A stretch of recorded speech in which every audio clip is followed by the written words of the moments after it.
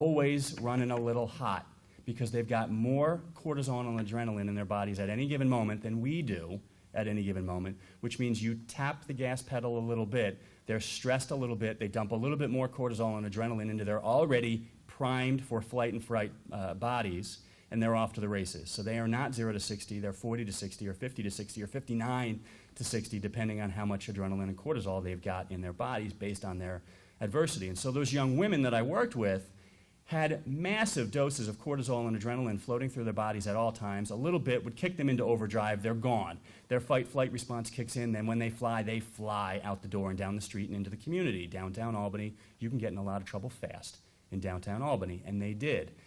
And then they would engage in sexual behavior, because in that moment, as self-destructive, as nihilistic as it was, and as much as it defied logic and reason, that sexual behavior in and of itself introduced massive doses of serotonin and dopamine and gave them temporary relief from cortisol and adrenaline, which feels gross in our bodies. Think about a time you were stressed, gave a presentation, were in a car accident, had doses of cortisol and adrenaline through the roof. How did that feel?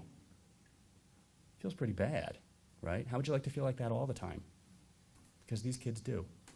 So wouldn't you engage in something self-destructive just for even temporary relief from that and have massive doses of serotonin and dopamine flowing through your body instead of adrenaline and cortisol?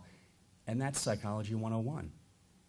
That's negative reinforcement. It's the removal of an adverse stimuli, even temporarily, encourages and promotes that behavior from repeating.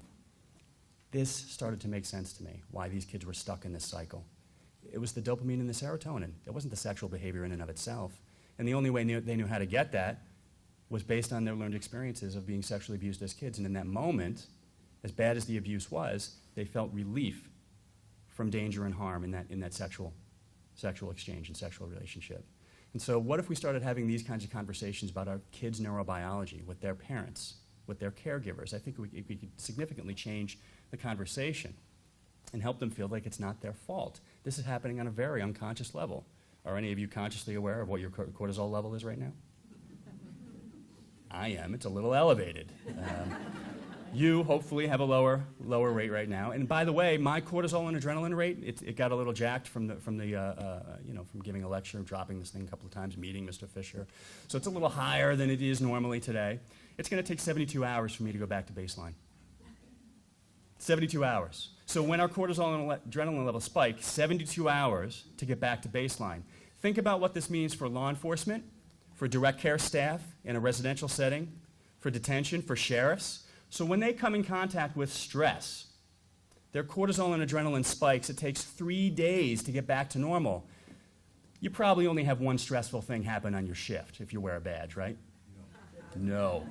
So what happens if on hour 1 of your shift something really dangerous happens? Your cortisol and adrenaline level goes through the roof.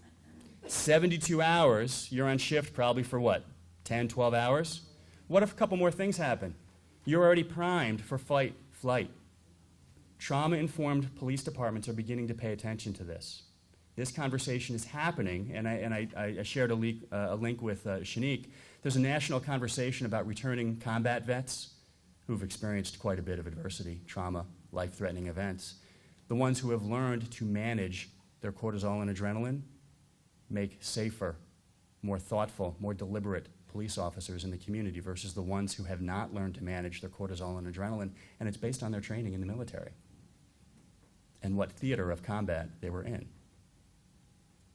And so if we can have a trauma-informed, a neurobiologically informed conversation about police intervention in the community, for months and months and months, we've been having conversations nationally about police violence in the community. Not once had I heard anything about cortisol, adrenaline, or the Adverse Childhood Experiences Survey.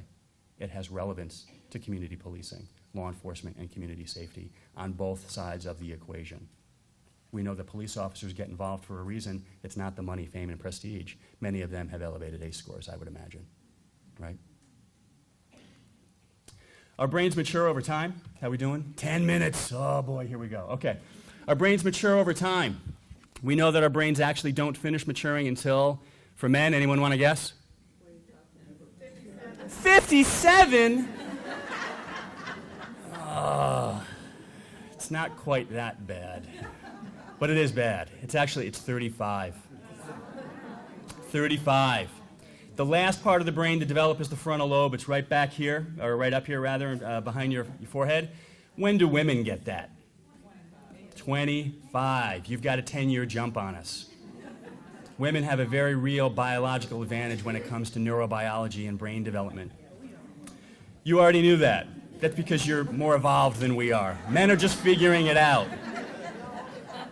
And it takes us until we're 40 to get it, right? Yeah. Here's what happens. I talked to you about adrenaline and cortisol. The frontal lobe, by the way, is responsible for consequential thinking, conflict resolution, it's executive functioning. So when I talk about raise the age in children as young as 16 or 17, and their frontal lobes don't fully mature until when? 25, 35 in a neurotypical male. But when we pour adrenaline and cortisol on the developing brain of a child, this is what happens. It stunts and disinhibits the growth and production and development of connections between neurons.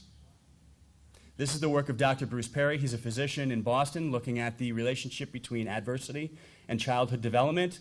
You see a significant difference in volume, right? A 3-year-old brain on the left versus a 3-year-old brain on the right, neglected versus healthy. This is at 3.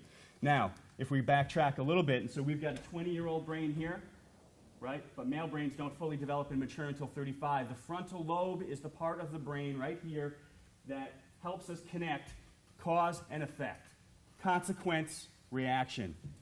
That's what the criminal justice and juvenile justice system expect. If you get in trouble, you won't do it again. Why do these kids keep going round and round and round?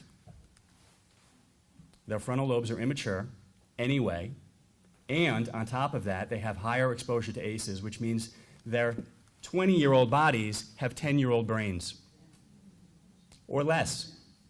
And so this might explain why expecting that a court sanction is going to have some sort of impact on a child's behavior, the part of the brain that is responsible and capable of connecting cause and effect isn't done cooking. It's not online. That's the frontal lobe. We need to promote the growth of a frontal lobe for the court system, that system, to have any actual impact. I see some nods. This is making sense to people. Yeah. Yes. Let me talk to you about a couple of elements of the brain. The amygdala, right here, right on top of the brainstem. This is part of the life support system. The amygdala is the only part of the brain other than the brainstem that's online, ready to go from birth. In fact, it's online before we're born. The amygdala is a smoke detector. It scans everything we see, touch, hear, smell, taste. All 5 senses go through the amygdala every moment of every day, our entire life, beginning before we're born. If the smoke detector, the amygdala, senses danger, it dumps adrenaline and cortisol into the system and drives that fight-flight response. Kids that have higher ACE scores have higher rates of adrenaline and cortisol, and they have overactive, hyperactive, if you will, amygdalas. They sense danger everywhere because their amygdala has always sensed danger. This is like the returning combat vet, where if you drop a book in a room like this, they dive under the table.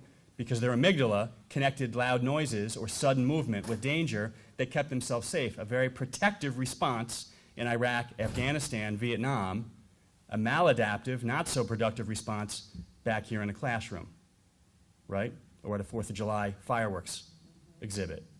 We see that same level of hyper-aroused amygdala trauma response in kids with elevated ACE scores.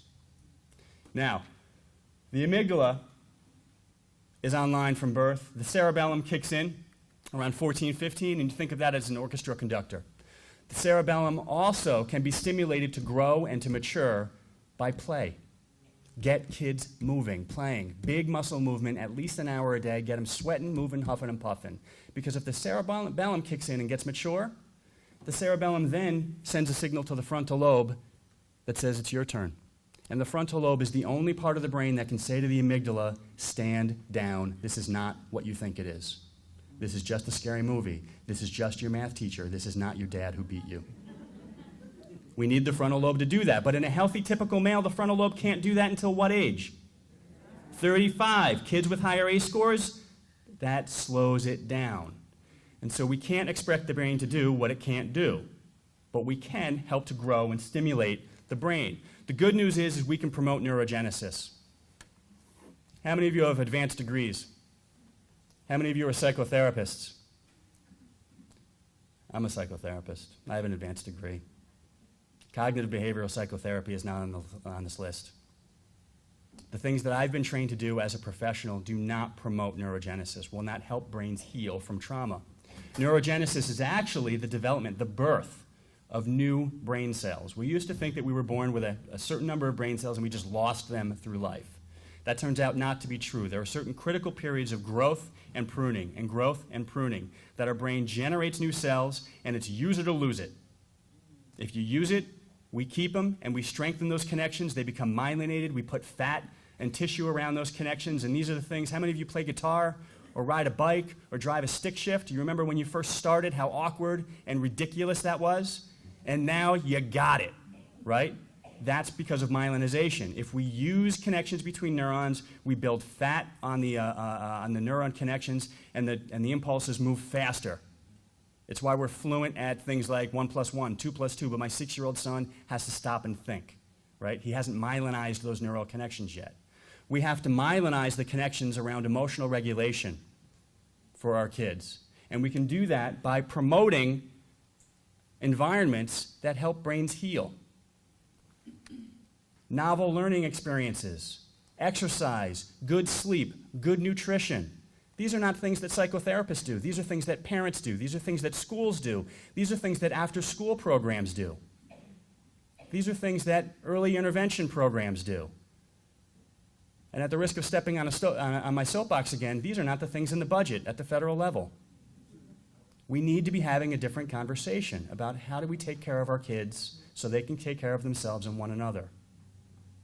What we also need to do is stop promoting or expecting environments that are distressing, stressful, boring, plain, lacking in stimulation. Think about a child's nursery. How many of you have children?